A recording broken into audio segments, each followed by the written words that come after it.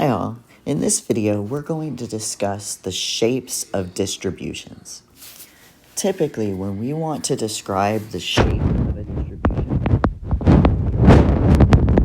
two properties. We are talking about the number of peaks. In other words, we're looking at modes. Where are my modes? How many do I have? And then I'm looking at symmetry. Are my peaks equally distributed about the graph? Is all of my data in the middle with low tails on both sides? How symmetric is my graph if I fold it in half? Do I get two perfect mirror images or not? So we're going to look at the 6 common shapes that you should be able to identify when you're looking at distributions. So we will address modes first. So there are 3 shapes that you need to be able to recognize. The first is a unimodal. The unimodal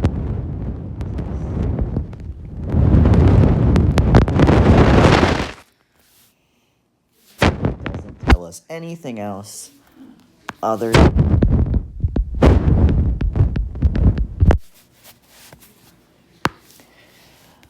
another shape that we commonly see is a bimodal graph.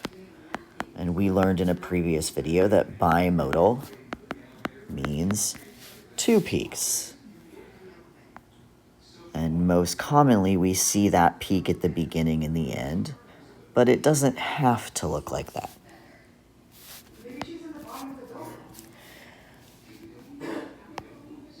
Another example of what could be called unimodal, but typically gets its own name because of its unique shape, is something called a uniform distribution. And a uniform distribution, all of the data has the same frequency. Each data value occurs the same number of times, and so what we get is a nice rectangular shape on our graph. So in uniform distributions, all of the values between A and B occur with exactly the same frequency. These graphs are nice because the measures of center should all line up and they should be halfway between A and B. So that addresses that first factor, which is number of peaks or modes. Now we're going to look at symmetry, and there's 3 categories that you should be able to identify. The first, the one we will look at the most during our units on inference, is a symmetric graph. And a symmetric graph means if I were to cut this graph, the halves of that graph line up.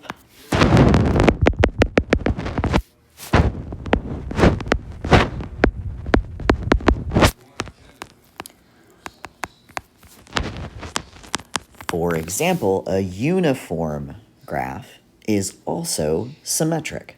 So it is possible that I'm using more than one descriptor to describe a distribution shape.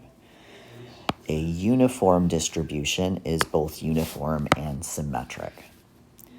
It is possible that a unimodal graph can be symmetric, or a bimodal graph can be symmetric. So typically, when we are describing shapes, we are including 2 descriptors, one that addresses number of modes, one that addresses symmetry about its center. The other 2 shapes are both called skewed graphs. So I'm going to try and draw them together so we can see what that looks like. So both of these are going to be skewed. And what skewed means is my peak is not in the center of my graph. If I fold my graph at the halfway point, I don't get two mirror images. And it's possible if my peak is off center, my peak could be on the left side of the graph with a long tail on the right, or I could have a long tail on the left and then a peak on the right.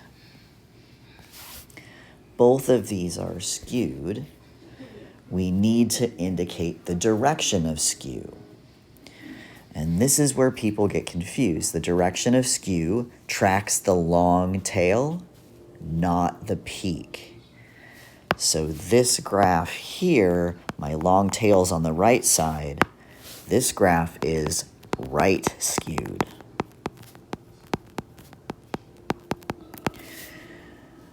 This graph over here, the long tail's on the left. We would say this graph is left skewed.